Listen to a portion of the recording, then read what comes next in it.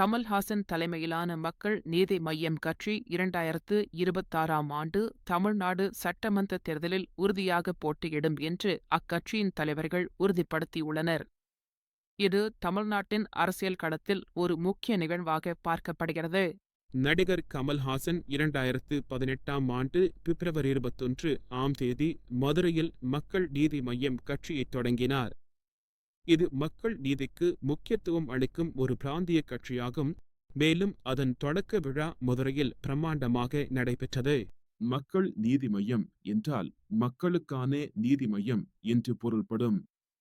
இக்கட்சியின் கொடியில் 6 கைகள் ஒன்றோடொன்று பிணைக்கப்பட்ட சின்னம் உள்ளது. இது தென்னிந்திய மாநிலங்களுக்கிடையேயான ஒத்துழைப்பை குறிக்கிறது. 2019ஆம் ஆண்டு மக்களவைத் தேர்தலில் ஏமேனேம் தனித்து போட்டியிட்டு தமிழ்நாட்டின் 39 தொகுதிகள் மற்றும் புதுச்சேரியின் 1 தொகுதியுடன் மொத்தம் 40 தொகுதிகளிலும் வேட்பாளர்களை நிறுத்தியது. இது ஒரு புதிய கட்சிக்கு ஒரு பெரிய முயற்சியாக அமைந்தது. இக்கட்சி எந்த இடத்தையும் வெல்லவில்லை.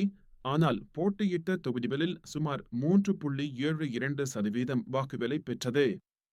பல நகர்ப்புற தொகுதிகளில் 3ஆம் இடத்தை பிடித்தது. இது நகர்ப்புற வாக்காளர்களிடையே அதன் செல்வாக்கை காட்டியது.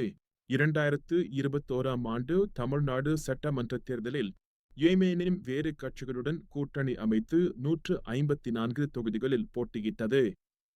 இருப்பினும் ஒரு இடத்தையும் வெல்லவில்லை.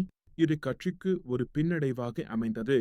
கமல்ஹாசன் கோயம்புத்தூர் தெற்கு தொகுதியில் பாஜக வேட்பாளர் வானதி சீனிவாசனிடம் 1728 வாக்குகள் வித்தியாசத்தில் தோல்வியடைந்தார். இந்த தோல்வி கட்சிக்கு ஒரு சவாலாக அமைந்தது. ஏமேனேம் கட்சி தலைவர்கள், ஒருங்கிணைப்பாளர்கள் மற்றும் செய்தி தொடர்பாளர்கள் 2026ஆம் ஆண்டு தமிழ்நாடு சட்டமன்ற தேர்தலில் ஏமேனேம் உறுதியாக பங்கேற்கும் என்று நம்பிக்கையுடன் தெரிவித்துள்ளனர். இது கட்சியின் எதிர்காலத்திற்கான அவர்களின் உறுதிப்பாட்டை காட்டுகிறது. அவர்கள் கண்டிப்பாக போட்டியிடும் போன்ற உறுதிமொழிகளை வழங்கியுள்ளனர்.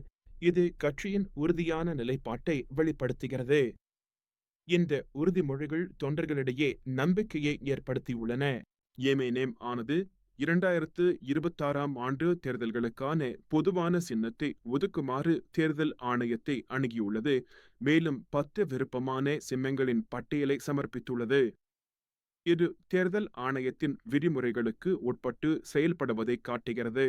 2021ஆம் ஆண்டு சட்டமன்ற தேர்தலில் இக்கட்சிக்கு பேட்டரி டார்ச் சின்னம் ஒதுக்கப்பட்டது. இது வாக்காளர்களிடையே நன்கு அறியப்பட்டது.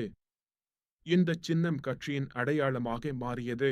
தமிழ்நாட்டின் அரசியல் நிலப்பரப்பு திராவிட முன்னேற்றக் கழகம் மற்றும் அனைத்திந்திய அண்ணா திராவிட முன்னேற்றக் கழகம் ஆகிய 2 பெரிய கட்சிகளால் ஆதிக்கம் செலுத்தப்படுகிறது. இந்த 2 கட்சிகளும் பல ஆண்டுகளாக தமிழ்நாட்டின் அரசியலை வழிநடத்தி வருகின்றன. திமுக தற்போது ஆளுங்கட்சியாக உள்ளது.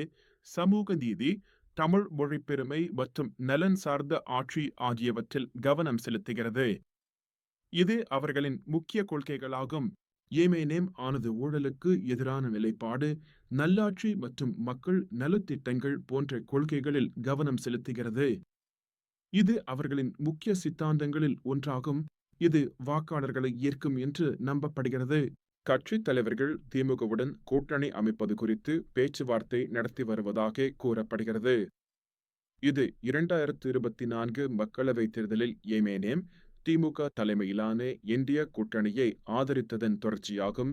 இது இரு கட்சிகளுக்கும் இடையே ஒரு நல்லுறவை ஏற்படுத்தியுள்ளது.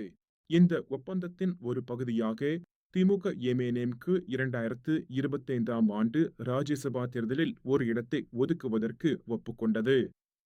இது ஏமேனேம்க்கு ஒரு பெரிய அரசியல் வெற்றியாக கருதப்படுகிறது. ஏமேனேம் தனது அடிமட்டத்தை வலுப்படுத்துவதற்கும் இளைஞர்களை அரசியலில் ஈடுபடுத்துவதற்கும் முக்கியத்துவம் அளித்து வருகிறது. இது கட்சியின் நிறுவன வலிமையை மேம்படுத்துகிறது மற்றும் எதிர்கால தேர்தல்களுக்கு தயாராக உதவுகிறது.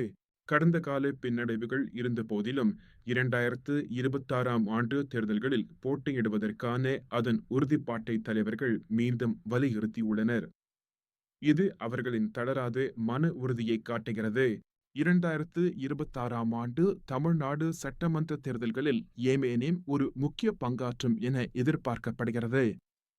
மேலும் அதன் கொள்கைகள் மற்றும் கூட்டணி வியூகங்கள் அதன் செயல்திறனை தீர்மானிக்கும்.